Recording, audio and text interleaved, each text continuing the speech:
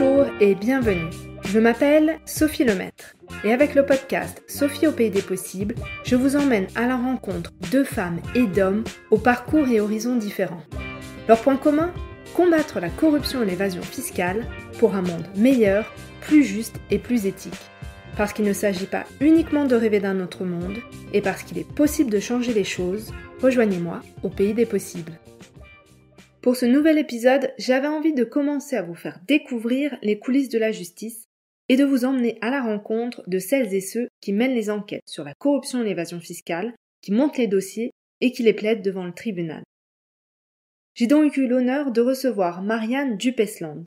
Marianne est procureure au sein d'Økokrim, le bureau en charge des crimes économiques et environnementaux en Norvège. C'est en quelque sorte l'équivalent du parquet national financier en France, même s'il existe d'importantes différences comme elle nous l'explique.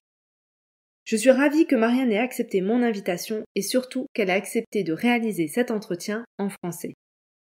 Marianne nous parle de son parcours et de son quotidien comme procureure. Elle nous explique pourquoi cela peut prendre des années avant qu'une affaire de corruption internationale ne débouche sur un procès. Obtenir les preuves à l'étranger demande du temps, et je dirais même une certaine patience.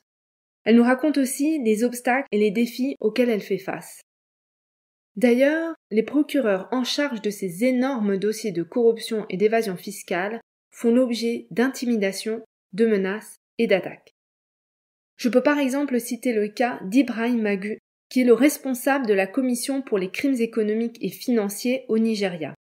En 2017, il a été attaqué par des hommes armés à son domicile. En 2020, il a été arrêté et détenu sur la base d'allégations de corruption, alors qu'au même moment, il enquêtait sur de possibles faits de corruption du procureur général du Nigeria. Le cas d'Ibrahim n'est pas unique. Des procureurs à travers le monde sont menacés et sont attaqués. En Italie, en Afrique du Sud, en France ou encore au Brésil. Malgré toutes les difficultés rencontrées, Marianne ne veut pas changer de métier et elle souhaite continuer à combattre la corruption. Elle reste positive et a également des idées pour que l'on puisse tous agir à notre échelle. Bonjour Marianne Dupesland, bienvenue. Merci d'avoir accepté l'invitation et surtout d'accepter de faire cet épisode en français. Tu es norvégienne, procureure au sein d'Økokrim, donc c'est le bureau national pour les enquêtes et les poursuites de crimes économiques et environnementaux. Avant de revenir sur Økokrim et ton métier de procureur, est-ce que tu pourrais nous parler de ton parcours, pourquoi tu es devenue procureure et comment tu en es arrivée à te spécialiser sur ces crimes économiques, donc la corruption et l'évasion fiscale? Merci Sophie pour cette invitation de contribuer à votre podcast très intéressant. Comme tu as dit, je suis norvégienne, donc mon français est pas parfait et je m'excuse en avance pour les fautes que je vais faire sûrement. Je travaille à Økokrim. Økokrim, c'est un service national norvégien pour investigation des crimes financiers et des crimes environnementaux. Là, j'ai travaillé depuis 2004. C'est un travail que je trouve très intéressant et utile. J'ai fait mes études de droit en Norvège, à l'université d'Oslo. Et aussi, j'ai fait une formation en France, une sorte de DEA à Nancy, en fait. Ça fait longtemps maintenant. C'était en 90. Aussi, quand j'ai fait mes lycées, c'était au Pays de Galles, dans un lycée international qui fait partie de United World Colleges, qui a des lycées un peu partout dans le monde. Et l'idée, c'est de réunir les jeunes des différents pays pour qu'ils puissent se comprendre et connaître l'un l'autre de leurs différentes cultures, religions, etc. Et là, j'ai passé 2 ans à Pays de Galles et on vit très proche avec des autres étudiants. Et moi, j'ai partagé une chambre avec une fille de Swaziland, une autre fille du Japon, une Irlande du Nord et des États-Unis. Et je crois que cette expérience était très importante pour moi parce que j'ai découvert, bien sûr, que la Norvège est un tout petit pays dans un très grand monde. Il faut se connaître, il faut coopérer pour résoudre les problèmes dans le monde. Donc, je crois que cette idée m'a suivi un petit peu de ce que je fais après. Après que je suis sortie de l'université d'Oslo, j'ai travaillé au ministère des Affaires étrangères, dans le service juridique. Après, je travaillais dans un cabinet des avocats et pour 2 ans, j'étais juge assistant dans une petite ville près d'Oslo. Donc, j'ai commencé en 2004 au Økokrim. Au début, j'ai travaillé surtout sur les affaires de fraude et blanchissement. Donc finalement, si je comprends bien, c'était un peu par hasard que tu es arrivée à travailler avec Økokrim et donc sur la corruption et l'évasion fiscale. Oui et non. Oui, dans le sens que c'était un peu par hasard que je commençais à Økokrim, parce que à l'époque, mon but final, c'était de devenir juge. Mais après que j'ai commencé à Økokrim, je me suis rendu compte que ce travail comme procureur est très, très intéressant.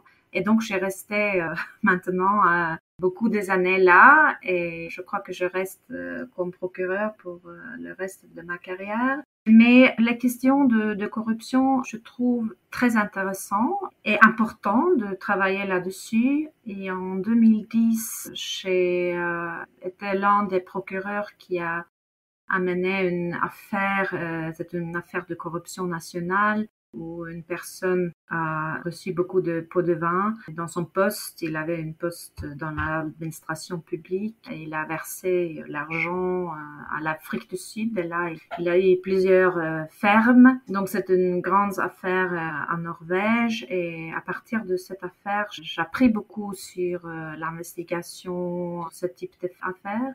Et donc, c'est un intérêt que j'ai gardé et j'ai pu travailler avec l'équipe d'anticorruption à Økokrim.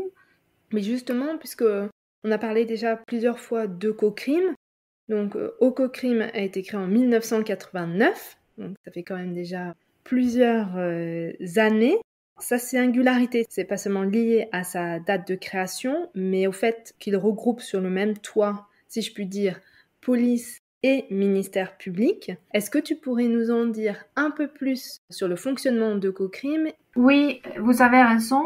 Økokrim est un service d'investigation, mais aussi un service des procureurs. C'est un peu différent que le système, par exemple, qu'on a en France, où on a un juge d'instruction et un procureur, qui est 2 postes différents. Chez nous, à Økokrim, le poste comme procureur, c'est un petit peu le mélange entre les 2 fonctions. C'est-à-dire qu'on gère les investigations, mais aussi on prend les décisions sur la mise en examen. Et aussi, c'est nous, les procureurs, qui plaident les affaires devant la cour de première instance, la cour d'appel, et aussi, si c'est nécessaire, devant la cour suprême. Cet modèle, disons, d'une combination de services policiers et services des procureurs, c'est un modèle qui est établi, comme vous avez dit, en 1989. Et on dit que Økokrim était né dans la douleur. C'est-à-dire, la douleur, dans ce contexte, c'était l'expérience qu'on a eue que la lutte contre les crimes financiers n'a pas bien réussi. Donc, il fallait faire quelque chose. C'est la raison pour laquelle qu'on a établi ce service spécialisé où on a des ressources qui est réservées uniquement à ce type d'affaires, de type de crimes financiers, de crimes contre environnemental.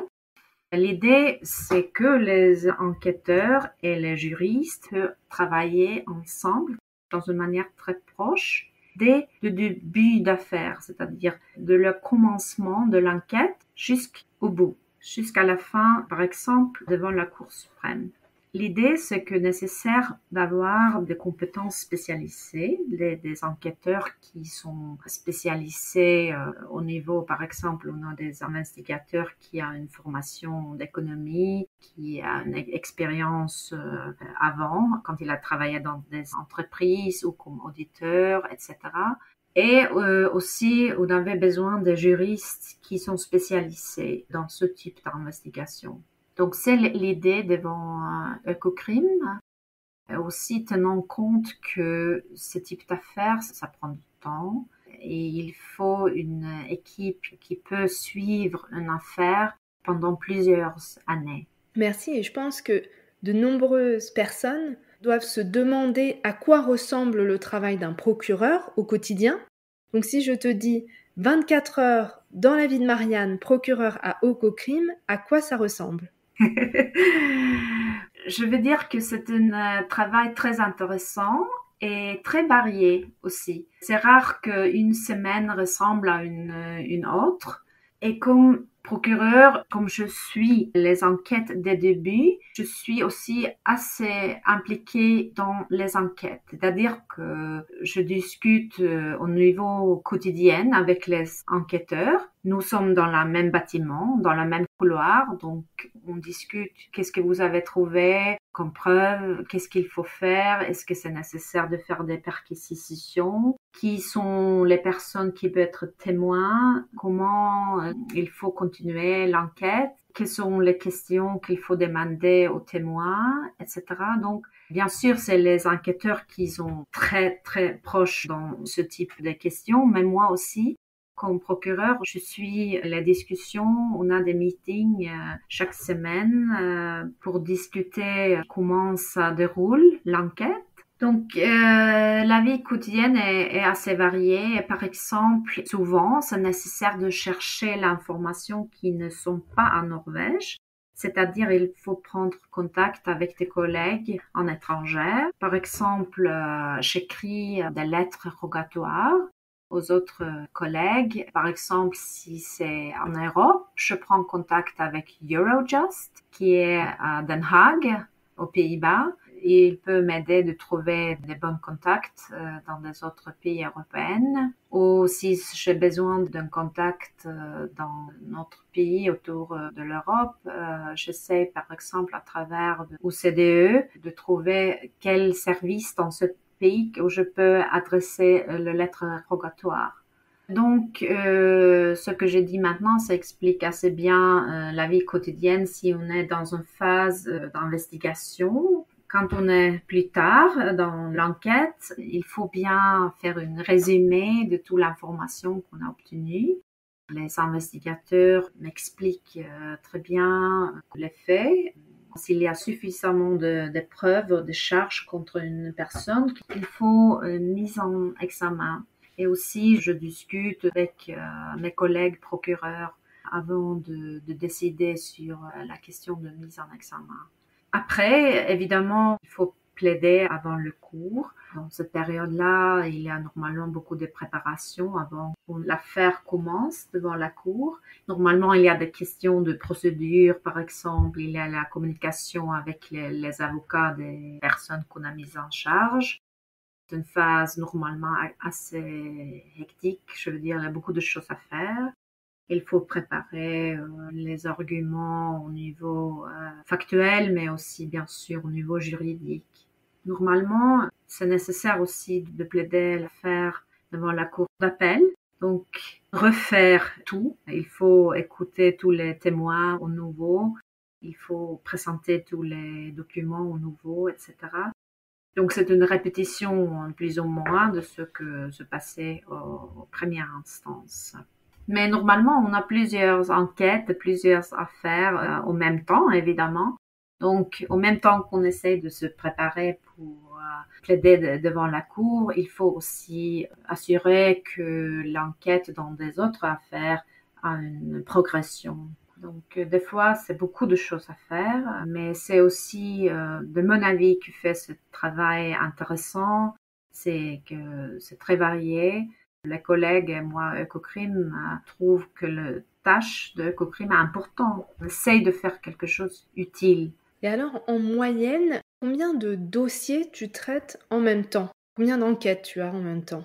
Ça peut varier. Ökokrim, c'est un service national qui s'occupe des plus graves affaires, donc normalement les plus grandes affaires. C'est-à-dire que chaque affaire prend beaucoup de ressources au niveau des investigateurs et aussi au niveau des questions juridiques. Donc c'est pas possible d'avoir un grand nombre des affaires en même temps. Mais on essaye d'avoir les différentes affaires qui sont dans une phase différente. Peut-être seulement 5 ou 6 affaires en même temps.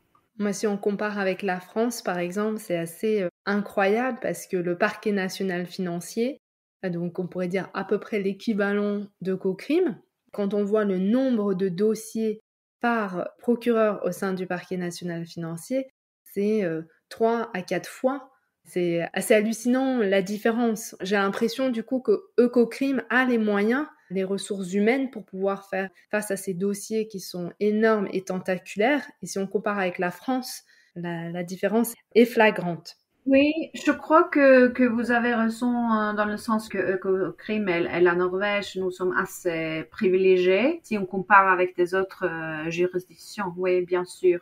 Et aussi peut-être, c'est difficile d'être sûr sur cette question, mais je crois, j'espère que le problème de corruption en Norvège est pas très très grande et qu'il y a des autres pays qui a des, je veux pas dire que forcément le problème est plus grand en France, mais j'en suis sûre qu'il y a des autres pays qui a un problème de corruption qui sont plus grands que chez nous, en Norvège. C'est possible. En Norvège, il y a à peu près 6 millions d'habitants. En France, on est 66 millions. Donc, déjà, ça fait une grosse différence. Il y a autant de possibilités de corruption et d'évasion fiscale. Je voulais revenir sur quelque chose que tu as dit un peu plus tôt quand tu as présenté ton travail, ton quotidien. Tu disais qu'une de tes tâches, c'était d'écrire à tes homologues à l'étranger. Souvent, quand je discute avec des personnes, j'entends très souvent « oui, mais la justice est lente », surtout avec les puissants, comme les entreprises multinationales, les personnes politiquement qui sont haut placées. Moi, je dis toujours que en fait, ces délais sont liés à la complexité des affaires de corruption et d'évasion fiscale. Mais est-ce que tu pourrais nous en dire plus, en fait, nous expliquer pourquoi cela peut prendre plusieurs années avant qu'un dossier, une affaire arrive au tribunal et qu'un procès s'ouvre? Oui, vous avez raison. Évidemment, il y a différents types d'affaires de corruption. Il y a, disons, les affaires plus petites, des affaires nationales qui sont assez faciles, si je peux utiliser le mot facile dans ce contexte, mais en tout cas,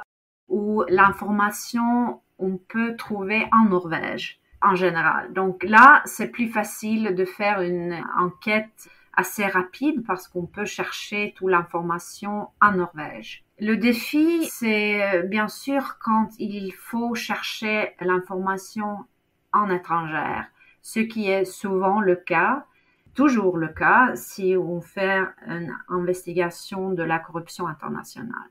Là, peut-être si c'est une entreprise norvégienne qui on soupçonne à payer des pots de vin en étrangère, il y a certainement informations à trouver en Norvège, mais peut-être la plupart de l'information se trouve ailleurs. Par exemple, peut-être le pot de vin peut être payé d'un compte qui est en Suisse, par exemple. Et là, il faut prendre contact avec notre homologue en Suisse pour demander s'il peut chercher ce compte et nous donner l'information sur ce compte. Bon, ça prend évidemment un peu de temps, même que la coopération en Europe est assez vite, je peux dire, parce qu'on peut envoyer des lettres rogatoires directement au procureur dans l'Europe, parce qu'on a des conventions qui nous permettent d'envoyer des lettres directement, qui prend peu de temps.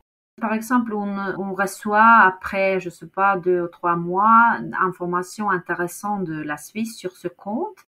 Et l'information nous indique que le montant était versé, par exemple, sur un compte qui appartient à une entreprise qui est établie à Panama ou dans une autre juridiction opaque, ou disons normalement nommé des paradis fiscaux. Et là, il faut envoyer une lettre rogatoire aussi à ce pays.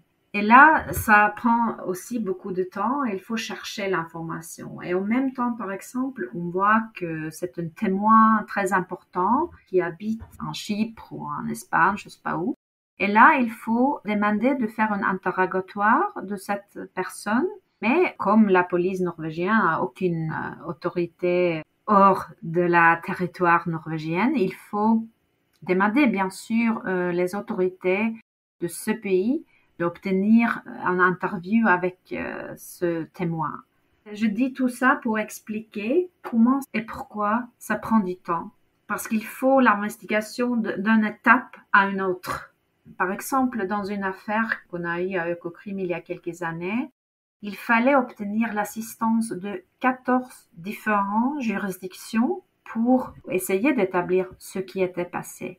Donc, ça illustre comment cette affaire sont complexes et pourquoi ça prend du temps. Bon, c'est assez fou, 14 juridictions pour une affaire. Cet exemple est extrêmement parlant. Ça permet de bien comprendre pourquoi ça prend du temps de traiter ces affaires. Finalement, la coopération judiciaire est clé, c'est ce que j'entends aussi. Mais on voit qu'il y a certains pays qui ne sont pas forcément prompts à coopérer. Et je voulais voir avec toi si tu avais constaté des améliorations dans la coopération judiciaire ces dernières années. Et si tu avais des idées ou des recommandations pour améliorer cette coopération et faciliter ces échanges entre les pays pour peut-être que le processus soit plus rapide. Je crois qu'il y a eu des développements positifs importants pendant les dernières 20 années, si on parle de la lutte contre la corruption. Ce qui était important, par exemple, c'est que on a eu plusieurs conventions internationales qui s'agit de la lutte contre la corruption. Je pense à la convention de OCDE et de UNCAC, qui est la convention des Nations Unies. Et aussi au niveau européen, on a la convention du Conseil de l'Europe contre la corruption. Et toutes ces conventions ont été très importantes parce qu'ils impliquent que les pays doivent établir dans leurs propres lois la corruption comme un crime. Et aussi, ils imposent aux pays de faire des investigations, etc., pour essayer de minimiser le problème de corruption. Donc, comme procureur, je vois que ce type de convention a eu une grande importance. Au début, bien sûr, après que ces conventions étaient établies, le premier focus c'était d'établir des règles au niveau national, mais au fur et à mesure aussi l'aspect de renforcement de ces règles, c'est-à-dire que le pays doit aussi avoir un système d'investigation. Par exemple, en OCDE, il y a un système de peer review. Je connais pas le mot en français, mais c'est-à-dire que les pays font une sorte d'évaluation d'un autre pays pour voir s'il suit les règles de la convention. Donc, au niveau de règles, il y a eu un développement très positif. Mais bien sûr, il reste beaucoup de défis. Par exemple, la coopération internationale, ça prend du temps, comme j'ai déjà expliqué. On n'a pas une police au niveau international qui peut faire des investigations. Mais il y a certains éléments qui sont positifs. Je veux dire, par exemple, l'établissement de Eurojust, où la coopération est plus facile entre les pays européens. La Norvège a une procureure qui est liée à Eurojust. Et donc, si j'ai besoin de prendre contact avec un collègue, par exemple, en Allemagne, je peux m'adresser à Eurojust. Et comme ça, là, il peut me mettre en contact avec la personne correcte en allemand. Et aussi, le système de Eurojust, en pratique, en tout cas, facilite les échanges d'informations entre les différentes juridictions. Par exemple, on peut établir ce qu'on appelle Joint Investigation Teams, c'est-à-dire où 2 ou 3 ou 4 différents pays européens peuvent se réunir pour faire une investigation en commun. Et là, on peut partager plus facilement l'information qui est sortie d'un pays avec un autre pays.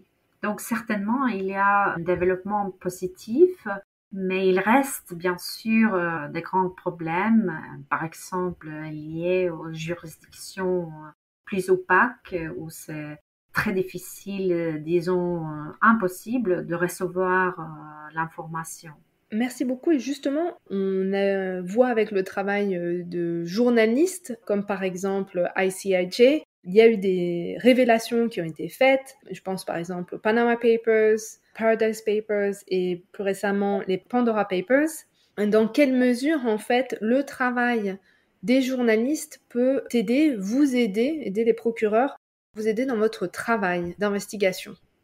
Le travail des journalistes sont très très importants comme source d'information des soupçons de la corruption et autres crimes financiers.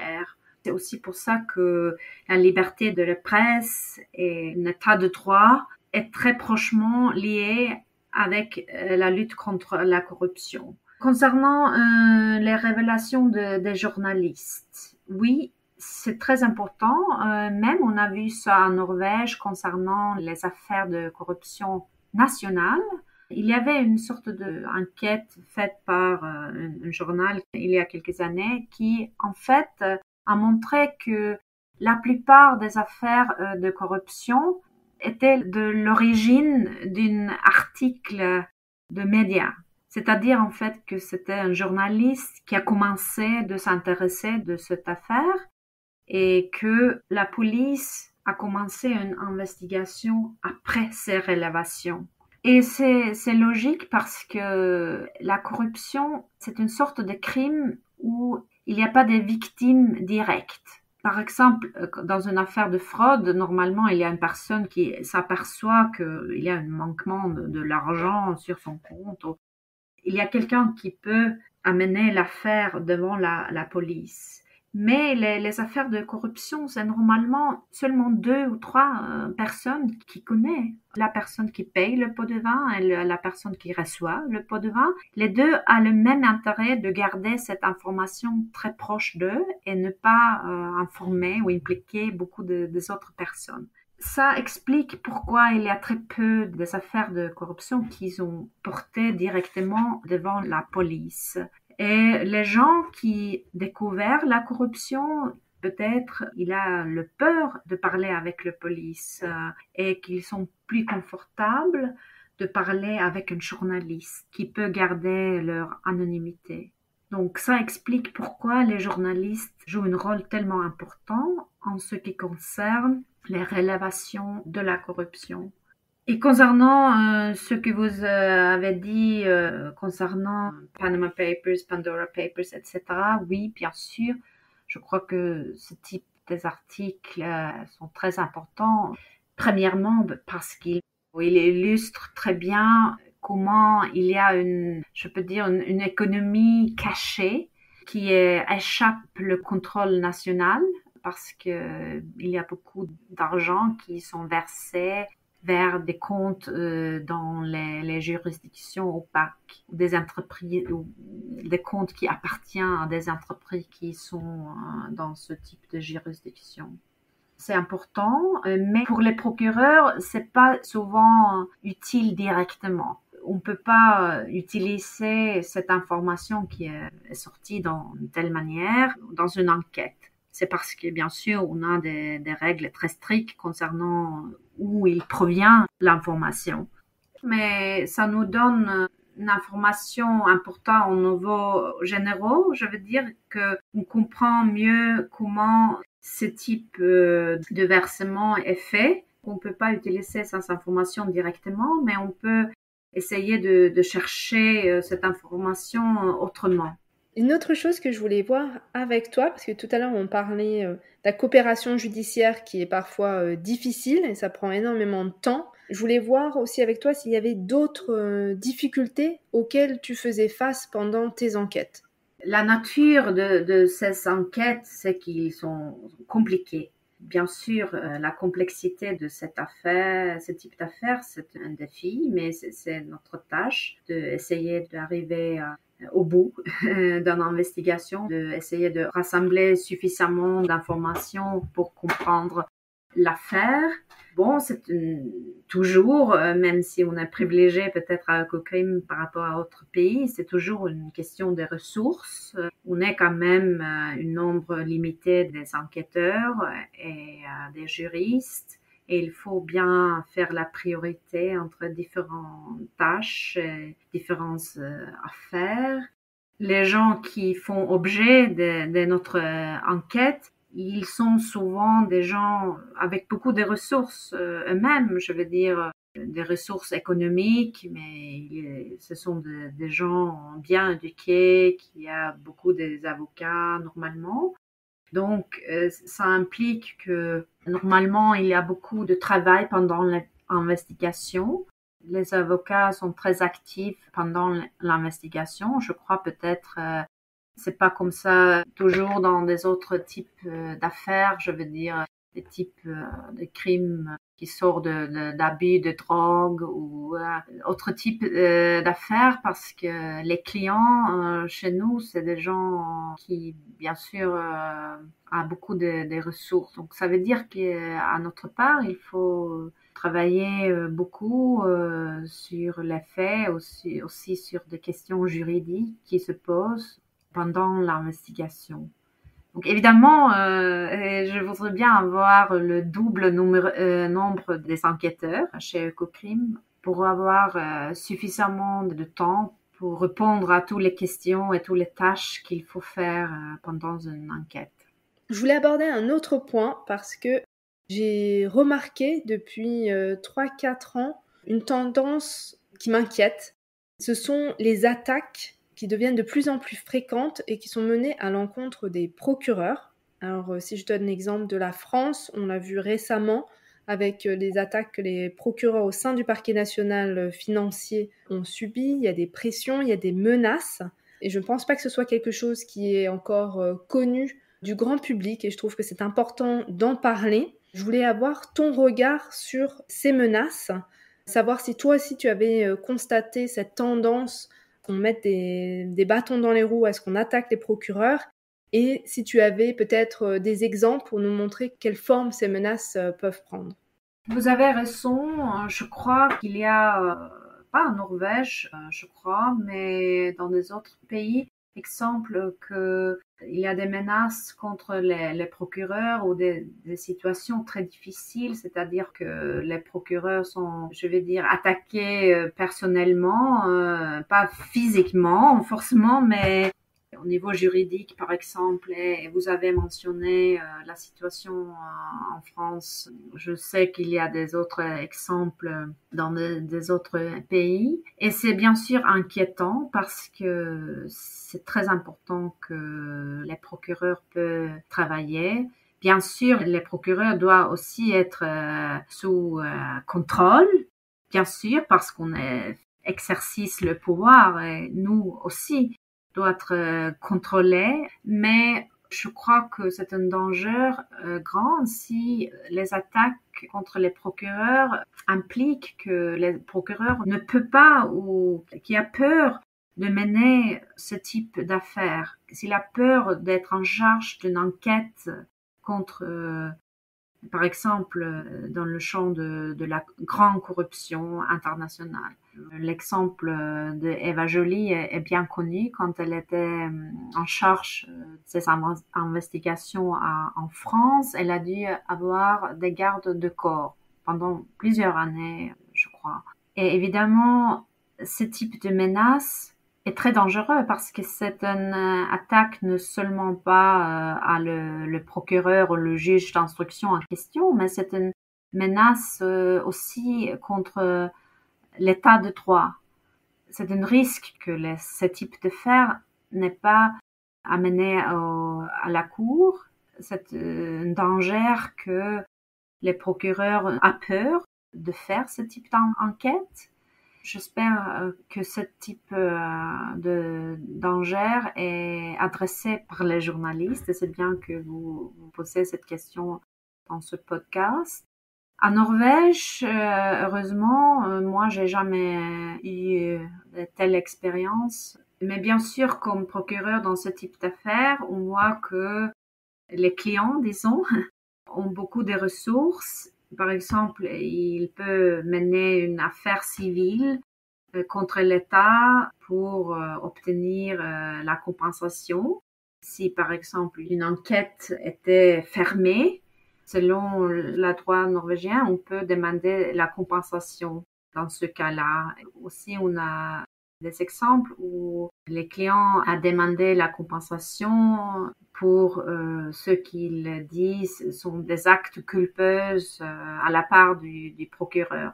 Je ne veux pas dire que c'est une menace, mais c'est une chose qui prend du temps et bien sûr, qui on voit surtout dans ce type d'affaires, de crimes financiers. Je crois que aussi le travail d'un procureur doit être sous une sorte de contrôle et il faut accepter que tout le monde a le droit de poser les questions sur la manière que nous utilisons notre pouvoir comme procureur. Donc, en principe, je n'ai rien contre ce type de procédure civile, mais bien sûr, ça prend du temps pour se défendre contre ce type de charge, mais en principe, je n'ai rien contre. Pour terminer cet épisode, est-ce que tu vois d'autres avancées en matière de lutte contre la corruption et l'évasion fiscale que tu aimerais partager avec nous? Il y a plusieurs efforts au niveau international. On a le Financial Action Task Force qui fait un travail important au niveau de se battre, si je peux utiliser ce mot, contre les paradis fiscaux, par exemple. Il y a des efforts au plusieurs niveaux, mais en même temps, je crois que la confiance aux institutions internationales a peut-être faibli pendant les dernières années, malheureusement. Et ça pose aussi un problème pour la lutte contre la corruption internationale, parce que il faut que tous les pays respectent les règles qui sont dans les conventions, par exemple dans la convention UNCAC ou la convention de l'OCDE. Et si les pays ne respectent pas les règles là, parce qu'ils s'en foutent, je sais, de ce qu'il dit les institutions internationales, c'est évidemment un défi. Donc, espérons que les années qui suivent vont montrer un renforcement des autorités ou à l'autorité de ce type d'institutions. Et est-ce que tu vois un rôle pour les citoyens, enfin plutôt la question c'est comment les citoyens peuvent jouer un rôle et contribuer à cette lutte contre la corruption et l'évasion fiscale? Oui, comme citoyen, vous pouvez mettre la lutte contre la corruption comme un sujet dans les élections. Quand vous élire votre politicien, vous pouvez demander qu'il se batte contre la corruption, qu'il adapte des lois contre la corruption, qu'il établit des mécanismes, des services pour assurer que on a un état de droit et que les soupçons de corruption sont suivis par la police. Ça, c'est quelque chose que chaque citoyen peut faire, et aussi d'essayer de garder la liberté de la presse, parce que dans plusieurs pays, la liberté de la presse est sous beaucoup de pression. Et c'est, comme j'ai dit avant, la liberté de presse et avoir des journalistes investigatifs, c'est important, c'est aussi un aspect important dans la lutte contre la corruption. Super. Pour terminer, est-ce que tu aurais une œuvre, un film, un livre ou autre à recommander? Je vais recommander quelque chose que j'ai pas vu encore moi-même. Parce que c'est sorti à Norvège la semaine dernière, je crois. C'est le film The Caviar Connection. C'est un documentaire sur la corruption à Azerbaïdjan et des autres pays et comment c'était lié aux gens qui travaillaient au Conseil européen. Est-ce que vous connaissez? Alors moi, je l'ai vu parce qu'il est sur Arte comme documentaire, donc je l'ai regardé. Ça montre bien les jeux d'influence, le lobbying, la corruption, c'est très intéressant. Eh bien, merci beaucoup pour la recommandation, merci beaucoup pour l'épisode. C'était très intéressant de mieux comprendre ton travail, ce que les procureurs financiers font.